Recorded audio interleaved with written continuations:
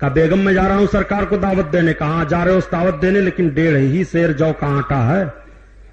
گئے سرکار کی بارگاہ میں, عرض کیا یا رسول اللہ میرے گھر آپ کی دعوت ہے, میرے پاس ایک جانور تھا چھوٹا سا پالتو, میں نے اس کو ذبح کیا ہے, 1.5 سیر جو ہے, آپ کی دعوت ہے اور آپ جس کو مناسب سمجھیں.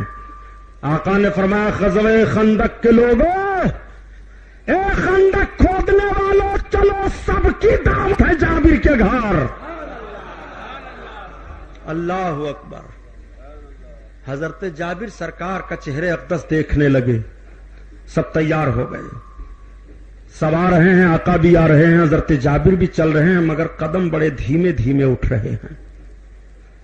جب گھر پہنچے تو پوری فوج پہنچ گئی. حضرت جابر کی بیوی نے دیکھا کہ یہ تو سب چلے آئے ہیں. جیسے حضرت جابر اندر داخل ہوئے, بس بیگم تو بیگم, وہ تو خیر صحابیہ خاتون ہیں. انہوں نے کہا کیوں, آپ سے میں نے نہیں کہا تھا کہ 1.5 ہی سیر جو کا آٹا ہے. کہا بیگم خفا نہ ہو, میں نے سرکار کو صرف دعوت دی اور میں نے عرض کیا کہ یا رسول اللہ آپ جسے چاہیں, تو سرکار نے سب کو دعوت دے دی ہے, تو میں کیا کروں. تو بیگم نے کہا تو ٹھیک ہے, ہماری ذمہ داری ہے, ہم سرکار کو کھلائیں گی, اور سرکار سب کو لائے ہیں تو سب کے ذمہ دار سرکار ہیں, سب کے ذمہ دار آقا ہیں. اب ذرا دیکھو, میرے آقا فرماتے ہیں جابر ہاں یا رسول اللہ, لاؤ جو کا آٹا لاؤ. گوندھا گیا, ہاں لاؤ. گوشت کی ہانڈی چڑھا دی گئی, ہاں یا رسول اللہ, لاؤ ادھر لاؤ. جب جو کا آٹا اور گوشت کی ہانڈی سرکار کے سامنے کی گئی تو سرکار نے گوشت میں تھوک دیا اور آٹے میں تھوک دیا. تھوکنے کی ضرورت کیا تھی, ہاتھ ہی رکھ دیتے برکت ہو جاتی. مگر میرے آقا کی مشیت, آقا کا ارادہ چاہنا. آقا کریم صلی اللہ علیہ وسلم نے فرمایا لے جاؤ گوشت بناؤ, جب تیار ہو جائے نکالتے جانا, اور عورتوں کو بلا لو روٹی تیار کرو. عورتیں آ گئی, روٹی تیار ہو گئی, سالن تیار ہو گیا, سب کھا رہے ہیں, سب کھا رہے ہیں. پوری فوج کھا کر کے آسودہ ہو گئی. آقا نے فرمایا سب کھا چکے, ہاں یا رسول اللہ سب کھا چکے, تو لاؤ میں بھی کھا لوں. عرض کرتے ہاں سرکار آپ بھی کھا لیجیے. آقا نے فرمایا جابر تمہارے دونوں بیٹے کہاں ہیں. حضرت جابر کے 2 بچے تھے. حضرت جابر نے جب اپنی بکری کو ذبح کیا تھا, جانور کو, اور ذبح کر کے چلے گئے تھے, تو وہ دونوں بچے جانور سے بڑا پیار کرتے تھے. وہ دونوں اپنے مکان کے چھت پر گئے اور وہی چھرا لیا. کہا لیٹو میں بتا دوں ابا نے کیسے جانور کو ذبح کیا ہے. تو ایک بھائی لیٹ گیا, دوسرے نے گردن کاٹ دی, اور جب گردن کٹی بھائی تڑپا, تو ادھر تو گردن کٹنے سے یہ دنیا سے چلے گئے, اور ادھر ڈر کی وجہ سے وہ چھلانگ لگا دیے چھت سے, وہ بھی دنیا سے چلے گئے. دونوں دنیا سے چلے گئے. حضرت جابر کی بیگم آٹا تیار کر رہی تھی, جا کر کے دیکھتی ہیں تو ایک کا گلا کٹا ہے, ایک چھلانگ لگا کر کے نیچے آ گیا. آپ بتاؤ مجھے, جس ماں کے سامنے اس کے 2 بیٹوں کی لاش ہو, اس کا کلیجہ کیسا ہوگا. مگر ماں کا عقیدہ ملاحظہ کرو. حضرت جابر کی بیوی نے دونوں کو اٹھایا, لا کر مکان کے اندر رکھ دیا, چادر اوپر سے ڈال دی. کیوں ڈال دیا؟ مسیح دو عالم آنے والے ہیں, جن کے گھر سے زندگی بٹ رہی ہے وہی سرکار آنے والے ہیں. آقا کریم صلی اللہ علیہ وسلم کا علم غیب ملاحظہ کرو. حضرت جابر جب آئے تو بیوی نے کہا ذرا دیکھ لو مکان میں تمہارے بچوں کی حالت کیا ہے. حضرت جابر نے کہا بیگم گھبرانے کی ضرورت نہیں ہے, مسیح دو عالم آئے ہوئے ہیں, شفیع المذنبین آئے ہوئے ہیں, رحمت دو جہاں آئے ہوئے ہیں, جن کی زندگی سے زندگی پا رہی ہے اور جن کے در کی بھکارن زندگی ہے وہی ہمارے گھر آنے والے ہیں, گھبرانے کی ضرورت نہیں ہے. آقا فرماتے ہیں جابر تمہارے دونوں بچے کہاں ہیں.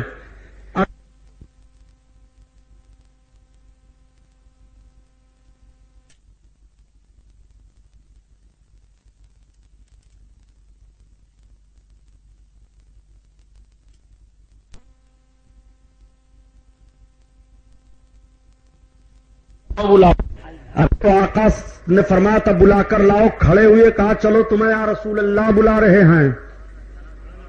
آقا کریم نے بچوں تمہیں بلایا ہے. جیسے حضرت جابر آواز دیتے ہیں اٹھو اللہ کے رسول تمہیں بلا رہے ہیں, دونوں بچے اٹھ کر کھڑے ہو گئے. اور جب دونوں بچے اٹھ کر کے کھڑے ہوئے آئے آقا کی بارگاہ میں، کھانا تناول فرمایا، زندگی مل گئی۔ سرکار اور کرم فرماتے ہیں، بچے مچل گئے، یا رسول اللہ میری بکری کیا ہوئی؟ سرکار نے فرمایا جابر ہڈیوں کو اکٹھا کرو۔ ہڈیاں اکٹھا ہوئی، سرکار نے دستے نبوت پھیر دیا، وہ جانور جیسے تھا پھر ویسے زندہ ہو کر تیار ہو گیا۔ کہاں کہاں نبی کو دیکھو گے؟ کیا یہ سب چیزیں تمہیں نبی کی عظمت کے لیے کافی نہیں ہیں؟ آقا کریم صلی اللہ علیہ وسلم کے صحابہ نے خندق کھود کر کے تیار کر دی، کفارہ نے مکہ چڑھائے، دیکھ رہے ہیں راستہ ہی نہیں ہے، خیمہ لگا دیا، تیر برسا رہے ہیں، ادھر سے بھی جوابی کارروائی ہو رہی ہے۔ ایک بہت بڑا کافر عمرو بن عبد ود نکلا، اس نے کہا آج میں چھلانگ کر کے خندق جاؤں گا، ایک ایک کا مقابلہ کروں گا۔ حضرت علی اپنی تلوار لے کر میدان میں باہر آ گئے، سرکار سے عرض کرتے یا رسول اللہ میں عمرو بن عبد ود کو ماروں گا۔ آقا فرماتے ہیں علی بہت بڑا کافر ہے، آدھا کفر ہے وہ۔ عرض کرتے ہیں یا رسول اللہ مجھے اجازت دیجیے۔ آقا نے فرمایا علی جاؤ۔ اب حضرت علی آگے بڑھے، اور جب حضرت علی اور عمرو بن عبد ود کا مقابلہ ہوا غزوہ خندق میں، تو آقا فرماتے ہیں کہ آج آدھا ایمان آدھا کفر سے ٹکرا گیا ہے۔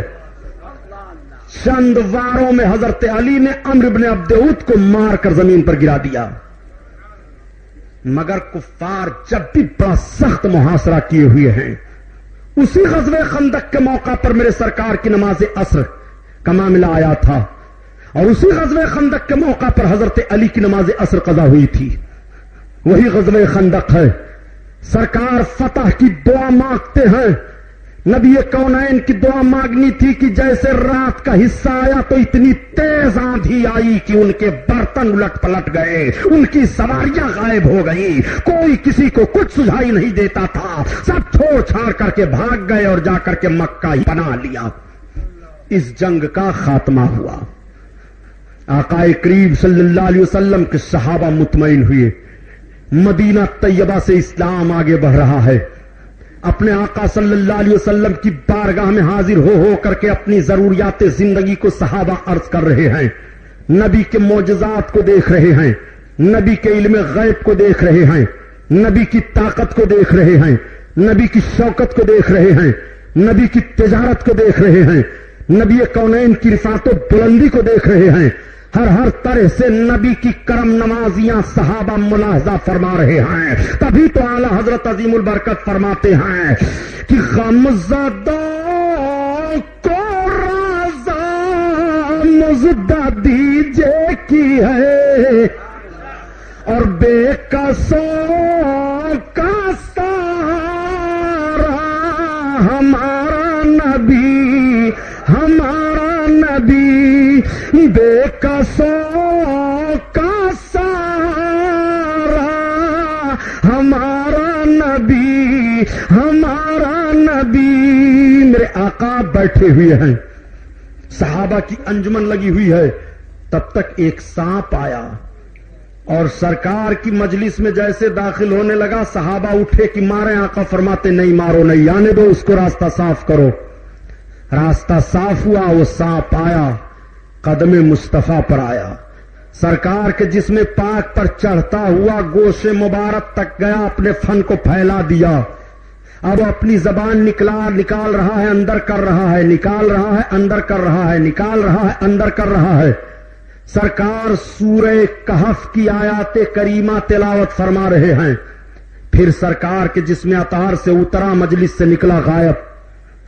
صحابہ حیران ہیں، یا رسول اللہ یہ کیا؟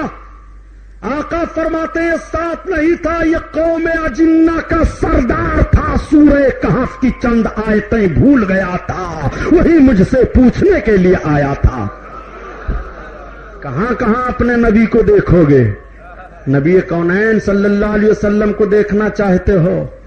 میرے سرکار کی بارگاہ میں ایک حاضر ہوئے، یہ بتائیے کہ آپ مردہ زندہ کر لیتے ہیں؟ آقا نے فرمایا ہاں۔ کہا زندہ کر لیتے ہیں؟ کہا ہاں زندہ کر لیتا ہوں۔ کہا تو چلیے ہماری لڑکی مر گئی ہے، قبر میں دفن ہے، اس کو زندہ کر لیجیے۔ ایمان لے آؤ گے؟ لے آؤں گا ایمان۔